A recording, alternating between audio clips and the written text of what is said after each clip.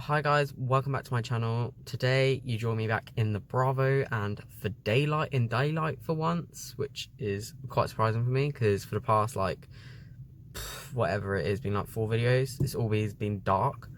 But yeah, so you join me back in the Bravo. Today I thought I'd show you tips and tricks video on stuff in the Bravo because there's quite a lot of stuff that I didn't know, but now I do know everything. And obviously not a lot of other people know either. So I thought I'd show you guys today. So let's get into it. I'll start off with the interior because it's raining, as you can probably see out my rear window.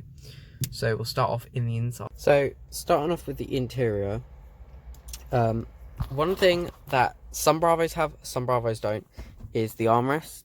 Now quite a lot of people didn't realise that this top bit can lift up and leaves you like a storage compartment here.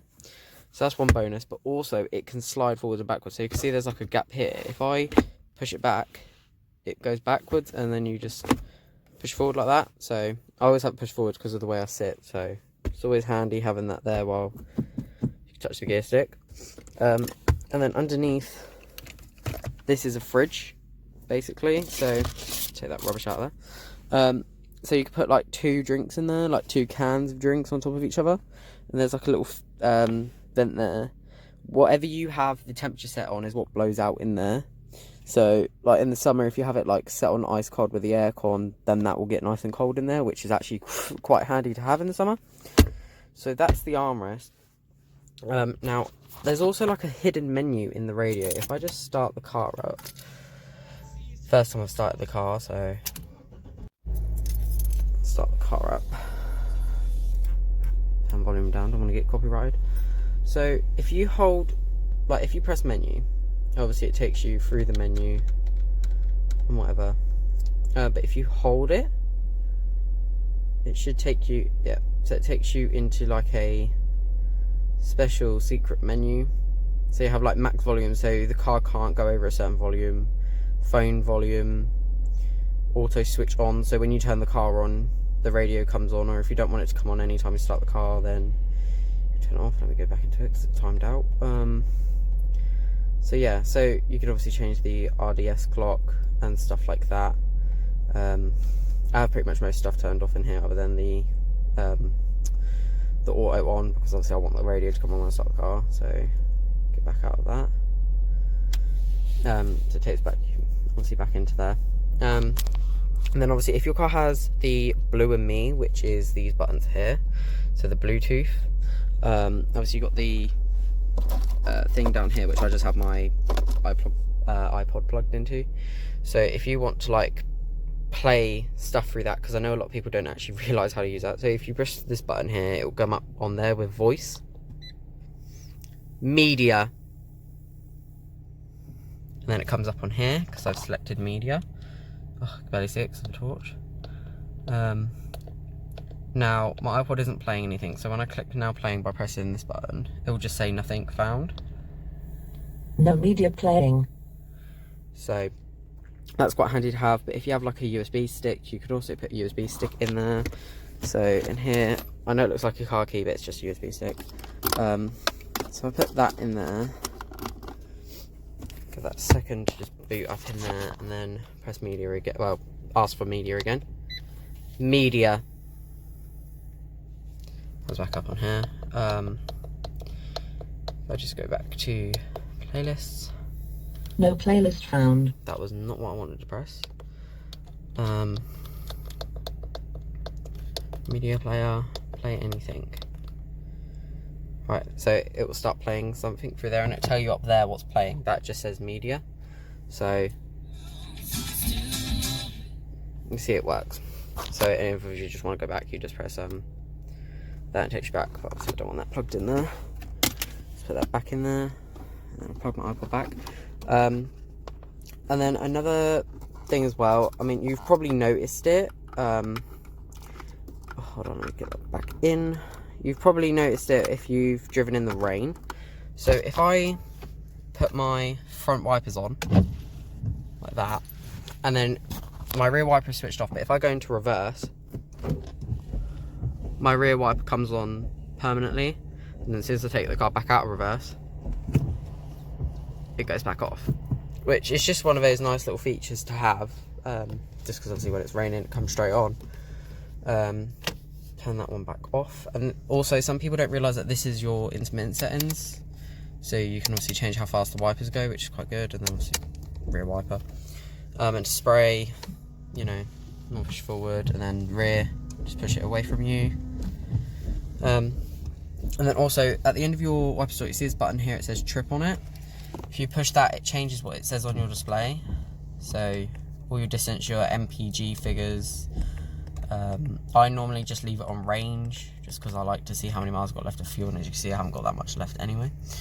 Then obviously down here you've got your cruise control, so you turn it on like that, and then if you're driving along you flick this like that, then it comes on. And if you want to go faster you just do that and hold it until your car speeds up, or if you want to slow down, pull it down. And say you're doing 70 miles per hour, so you've got it on like that, and you have to brake because the car in front of you is brake, so you slow down to like 60, and if you push this button at the end it will then take you back up to 70, and keep you there, which is again a nice feature. Also, going back to the Blue Me, you also have something called message reader. So if I go message reader, the commands available are read last one, inbox, delete all, signal type, or exit. So yeah, so basically if you get a text message you can have the car read out your text message, and it'll tell you who it's from. So again, nice touch to have.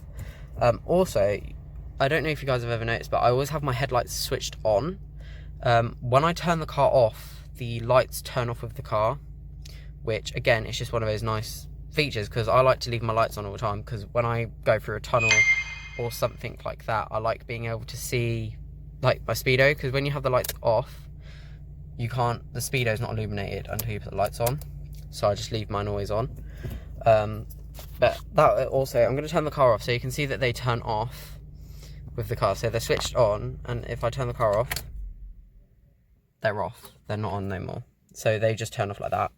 And also if you pull to flash with the car off, follow me 30 seconds, and the more you pull it, the 30 seconds it keeps going up.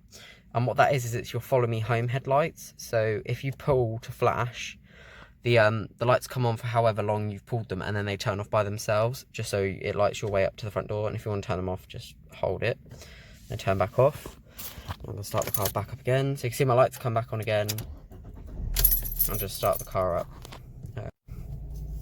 Yeah, also you've got this button up here which is City, which makes the steering go super light. So I've currently got it on, but it makes it go super light. I can turn it with just my pinky finger, so there's that. But to be fair, I don't really like having it on, so normally I'll just turn it off, and then it wakes it up a little bit more, so it's a little bit stiffer. But having City is okay if you needed to do like a quick 3-point turn in like the middle of like a busy street or something like that, then it's quite handy to have.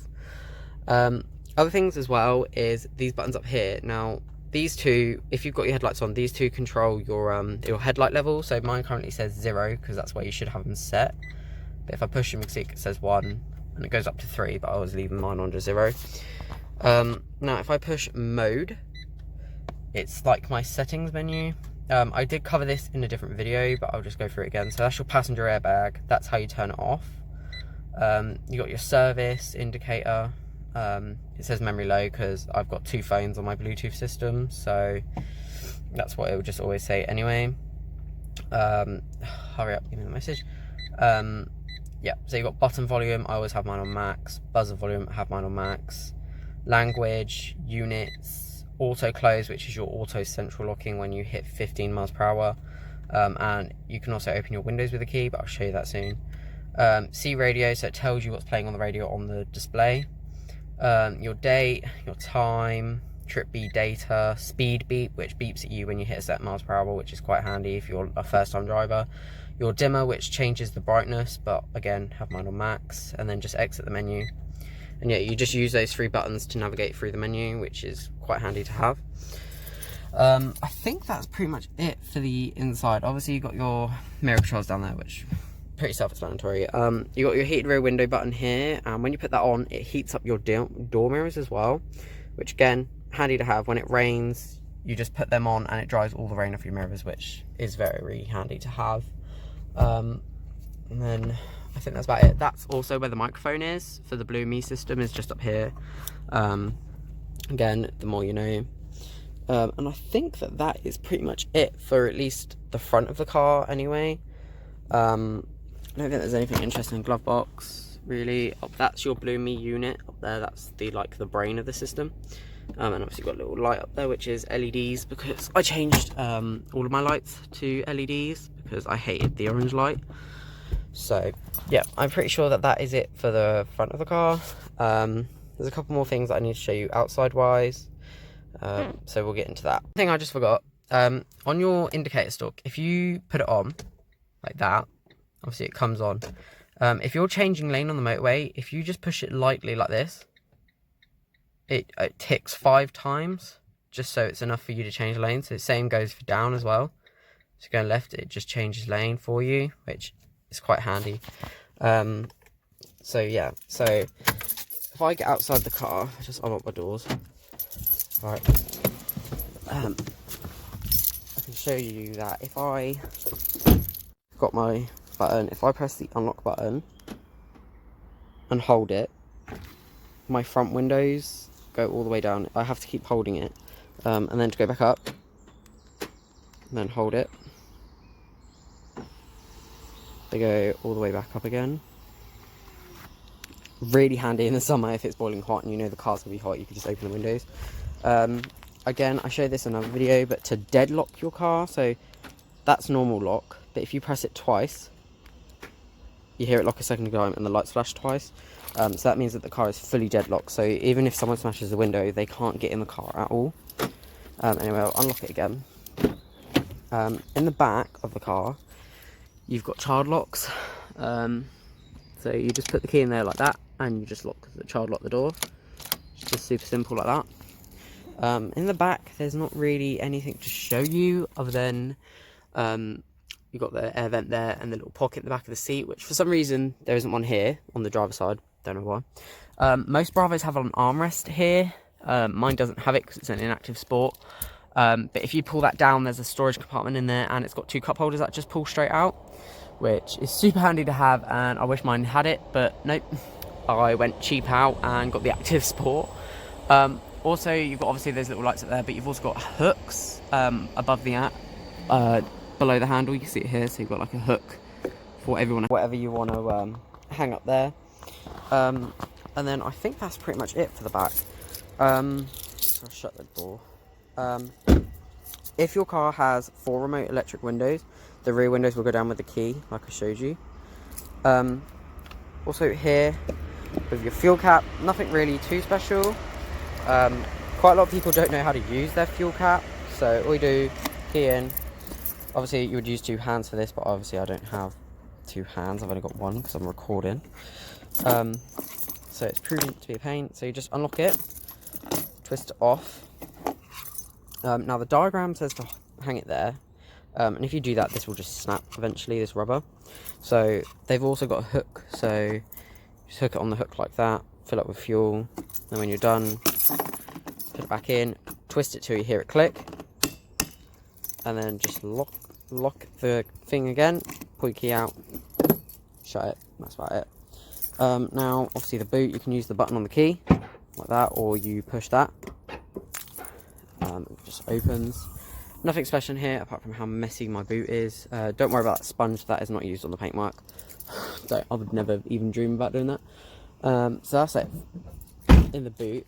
The only other thing that is sort of left to show you guys is something called cornering lights. Now if you've got a Bravo, you probably know what these are.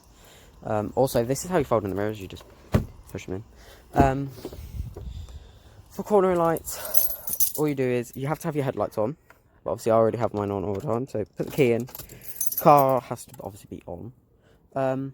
If you indicate left, right, and you come outside and have a look, so you can see my headlights are switched on, and I'm indicating, that bottom light comes on. It's basically the fog light, it comes on, and they're really handy to have, so you can see it's on. It's not just with the indicator though. If you turn the indicator off, and then turn the steering wheel to the right, like that. That's pretty much all that's about as far as you need to turn it. So you can see the wheels are slightly turned. And that fog light comes on too. That side obviously goes off. It's just super handy to have. The only thing I don't understand is that Fiat have designed it so they turn off after 35 miles per hour, which I don't really know why they would have done that, because they're quite handy around country lanes and stuff like that, but nope, they turn off for some reason. So that's pretty much it from me on the Bravo. You know, I mean, comment if you want to see a video on the Punto with features on the Punto. There's not really nothing more on the Punto than this one has anyway, so it's pretty good. Just obviously you've got your buttons here for your fog lights anyway, so if you do want to put your front ones on, you can put them on anyway. So yeah, that's pretty much it from me on this video. I think the next video I will be doing, I'll be at Auto Italia at Brooklands on the 4th of May. So if you guys are watching or come in, be more than welcome to come and meet me or do whatever, and I'll be completely up for it. So I'll see you guys around, or I'll see you in the next video.